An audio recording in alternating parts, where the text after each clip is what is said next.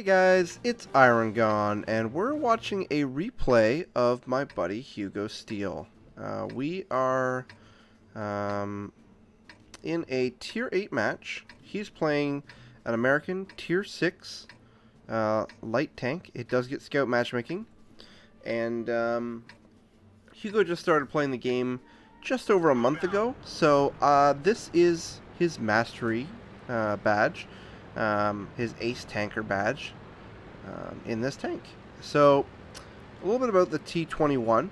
It is essentially a light version of, like an actual history, this was supposed to be a light version of the T20 medium tank, and it used the M7, which is the Tier 5 predecessor to this, the M7 chassis with a different turret and different selection. It was developed in 1943, and it had shittier armor, and they want to make it go faster. So it never really saw service or anything. So it's one of those tanks that's like, it's tank 21 or whatever. That's what the T designation is. If I understand, it just means tank. So this is tank 21, guys. And there's actually a T20 on the other team. So after the start here, he's just taking a forward position. I'm going to switch to his camera so we can see what he's doing. It's a pretty common spot to camp here, but the problem is he does not have sixth sense, which means he doesn't know if he gets spotted, and he's kind of sticking out there, not the most camouflaged. And as we see this tiger, I can see that tiger pretty clearly, and I'm betting that that's what spots him here, because although there's no initial response here, he does end up taking some fire. Takes about 125 damage there. I don't have XVM on currently, so I will actually have to fix that going forward. But he takes about 125 damage there, and then decides to engage this Type 64 light tank. Now this is a pretty even duel. He manages to avoid a lot of the damage by just outdriving the gun traverse on the Type 64. But he has the same problem. The turret traverse speed isn't terrible. It's 42 degrees a second, but you can see it's not fantastic. He's having a little bit of trouble getting the turret around. A little bit of that was probably player. A little bit of that was turret traverse. So armor-wise in this, it's not even worth mentioning. He has 28 on the front of the hull. It's sloped, but it's 28, and he's fighting Tier 8, so that's paper. 25 on the sides, and 22 on the rear. It's not even worth mentioning. Same with the turret. It's 28, 25, and 25. Again, very rare that he's going to bounce anything from that. So the speed limit, he's going to get around 56 kilometers an hour. I think that's the top. And the traverse speed is a fairly healthy 58 degrees a second. So we're going to see some of the nice accuracy on the gun here. One shot. He puts two shots. He puts three shots. Can he get a fourth shot? Missed the fourth shot. Unfortunate. He could have got it there. We're still waiting. Missed another one. But a very nice shot right there. Out of all of them, I would have doubted that one would hit at all. Here's where a little bit of mistakes are made. Just map knowledge, I think. There's quite a dip where the water meets at the top of that map. And if we can switch our view here, we can see that he doesn't really have any line of fire to him. But he kind of sat there looking at him for a little bit too long, and it's going to cost that Artie his life. Of course, the Artie wasn't paying attention. So he didn't really get to defend himself. That S-51 to our left is paying attention, however. And, we also see him slide into the water there. He was probably going to drown, but the S-51 finishes him off. S-51 is a huge gun. Didn't even have to hit in the same postal code as that tank and kill him. Sorry, I was just kind of distracted here by these guys rushing. That Su-14-2 carcass does make a fantastic bullet block, though. But we can see We've just lost the S51. Reload time on that tank is about a minute, just under a minute, so he wasn't going to defend himself anytime soon. You'll notice that not only is that gun accurate, but it's pretty fast firing. The top gun, which I do believe he has, if I check his penetration here, it is a 76. This is a similar gun to what you may see on the Sherman, the EZ8, and the Sherman Jumbo, I believe.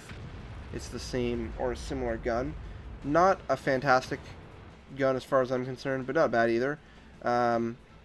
You can do 115 average damage and 128 pen on the base gun, on the basic version. Slightly rate of fire, higher rate of fire on the, like, between the two versions. There's an M1A1 and M1A2 version. One of them does slightly fire faster, which is likely the one he has. Both of them do 115 damage and 128 penetration, which isn't bad. The rate of fire is 18 rounds a minute, which is pretty quick.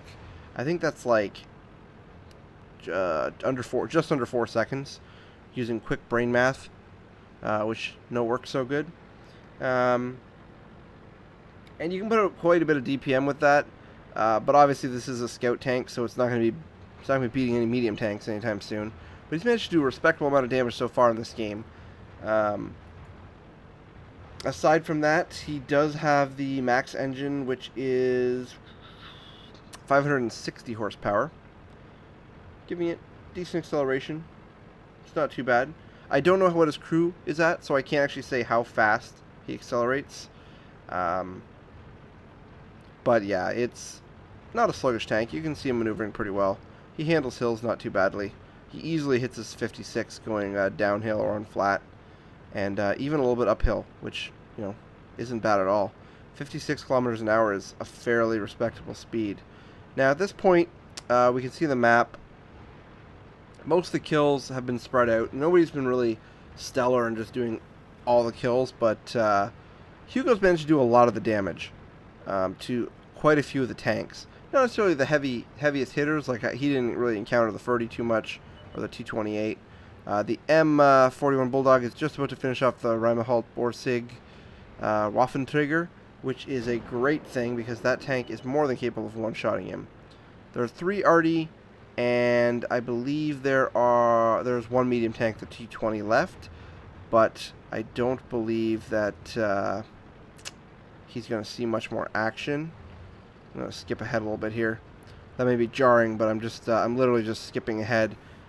All the arty's been spotted at the cap at this point, so we're just going to skip.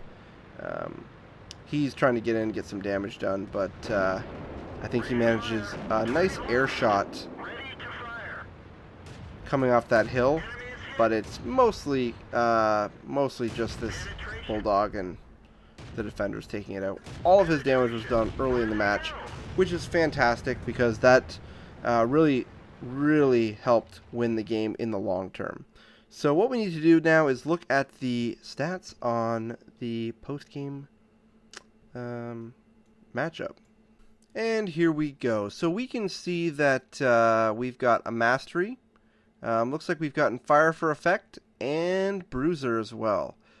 This is a 43,000 credit game. This is with premium.